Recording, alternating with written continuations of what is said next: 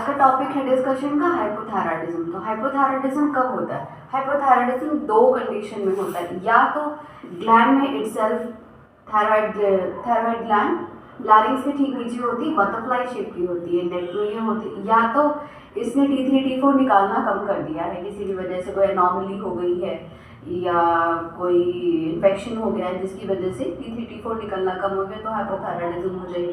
दूसरी कंडीशन क्या होती है कि कोई फॉल्टी रिसेक्शन हो गया है ग्लैंड का, जिसकी वजह से T3 और T4 ऑब्वियसली नहीं ढंग से निकलेंगे, जिसकी वजह से भी हाइपोथायराइडिज्म होता है। पहली कंडीशन ये होगी। दूसरी कंडीशन ये होती है कि TSH कम निकला है। अब TSH कहाँ से निकलता है, उसका काम क्या होता है?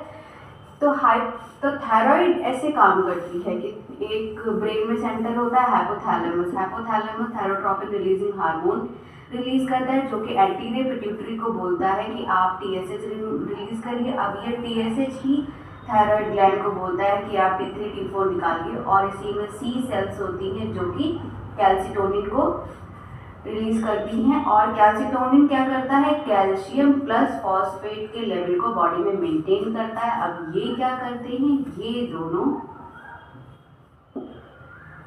हड्डी को मजबूत रखते हैं और बोन डिपोजिशन में काम करते हैं, हड्डियां मजबूत रहती हैं, तो ये बोन से रिलेटेड इनका काम है। तो ये कैल्सिटोनिन रिलीज करता है, जो कि C सेल्स होती है थायराइड में। तो एक तो कंडीशन ये हो गई कि थायराइड ग्लैंड में ही गड़बड़ी हो गई। दूसरी कंडीशन हो गई कि TSH निकलना। अब एंटीरियर पिट्यूटरी से TSH कम निकल रहा है। TSH अगर कम निकल रहा है तो ये थायराइड को बताएगा ही कोई नहीं कि T3 और T4 निकालने की ज़रूरत, रिलीज हार्मोन को रिलीज करने की ज़रूरत हो गई है, तो इसलिए यहाँ पे हाइपोथायराइडिज्म हो गई। तीसरी कंडीशन होती है आयोडीन डिफिशियंसी। आयोडीन डिफिशियंसी का क्या काम है? आयोडीन ही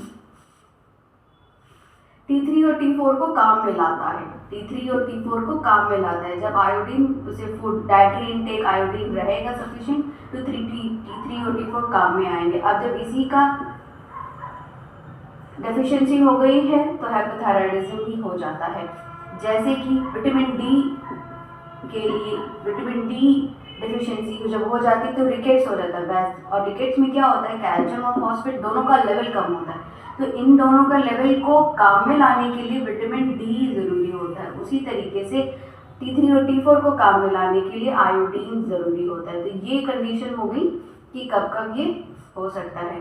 ठीक, दूसरी बात हाइपोथायराइडिज्म कैसे होता है ये तो पता चल गया। अब तीसरी बात, इसका काम क्या होता है? तो हाइपोथायराइड ग्लैंड का सबसे मेन काम होता है, एकदम इम्पॉर्टेंट काम होता है, मेटाबॉलिज्म मेंटेनेंस।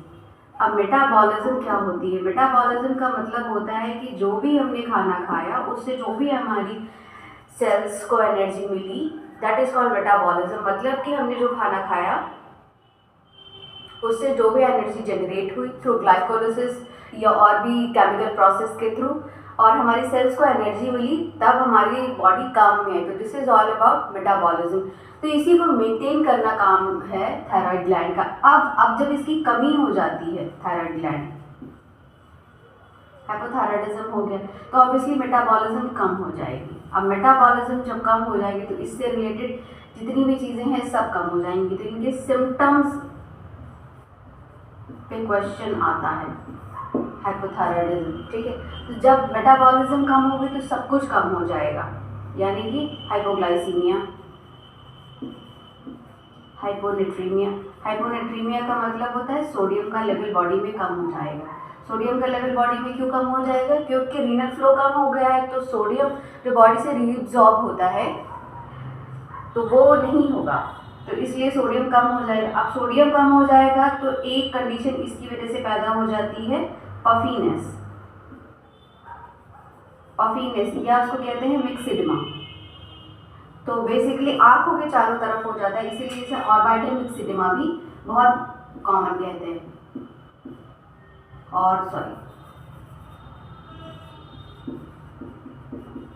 ऑर्बिटल मिक्सिडिमा या से कहते हैं पेरी ऑर्बिटल मिक्सिडिमा। तो हाइपोग्लाइसीमिया हो जाएगा, पफीनेस। जो शुरुआत से बॉडी में ध्यान देते हैं कि हाइपोथायराइडिज्म है तो मेटाबॉलिज्म क्या बोल, तो बाल पतले हो जाएंगे।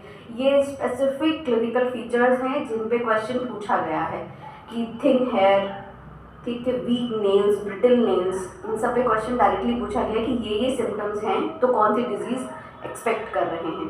तो शुरुआत से हेयर ग्रोथ कम हो जाएगी और बाल पतले हो जाएंगे, आंखों के चारों तरफ पेरी और वाइटल मिक्सेडिमा हो जाएगा। मिक्सेडिमा नॉन फिटिंग एडिमा होता है। और हॉर्सनेस ऑफ वॉइस, गॉइटर की कंडीशन पैदा हो जाएगी। तो गॉइटर की कंडीशन दो कलर में, गॉइटर, अब ये एक बहुत कॉमन सी बात है कि जब देखते हैं कि हाइपोथायराइडिज्म या हाइपरथायराइडिज्म है तो घेंघा हम बहुत पहले से पढ़ते आ रहे हैं, 11th-12th से पढ़ते आ रहे हैं कि घेंघा या गॉइटर हो जाता है। तो गॉइटर किन किन कंडीशन, हाइपोथायराइडिज्म में गॉइटर हो भी सकता है, गॉइटर नहीं भी हो सकता है। तो गॉइटर कब कब होगा, तो गॉइटर दो कंडीशन में होगा। अगर आयोडीन डिपेंडेंट है हाइपोथायराइडिज्म, मतलब कि आयोडीन की कमी से अगर हाइपोथायराइडिज्म है तब तो गॉइटर प्रेजेंट होगा। दूसरा हाशिमोटो डिजीज़ की वजह से है तो भी गॉइटर प्रेजेंट होगा। ठीक है, हाशिमोटो एक ऑटोइम्यून डिजीज़ है जिसमें कि हाइपोथायराइडिज्म मेन कॉज रहता है। ठीक है, और दूसरा अगर TSH कम है तो TSH कम है उसकी वजह से हाइपोथायराइडिज्म में तो गॉइटर की कंडीशन नहीं दिखेगी।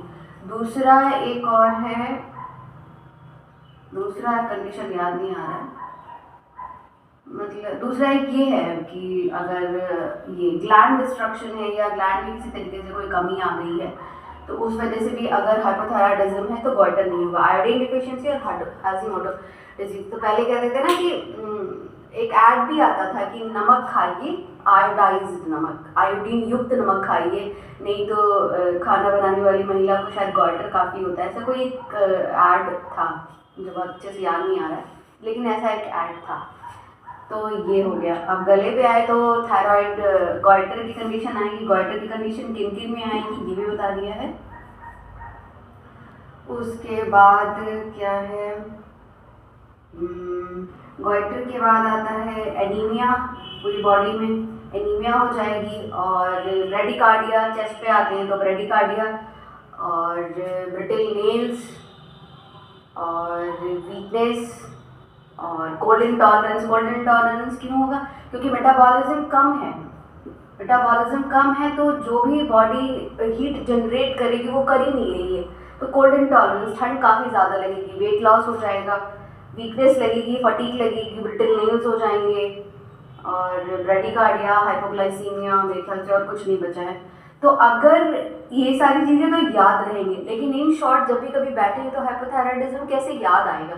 तो सबसे इम्पॉर्टेंट ये है कि जब हाइपोथायराइडिज्म, ओ से ही इसमें एक डिजीज है हाइपोथायराइडिज्म, और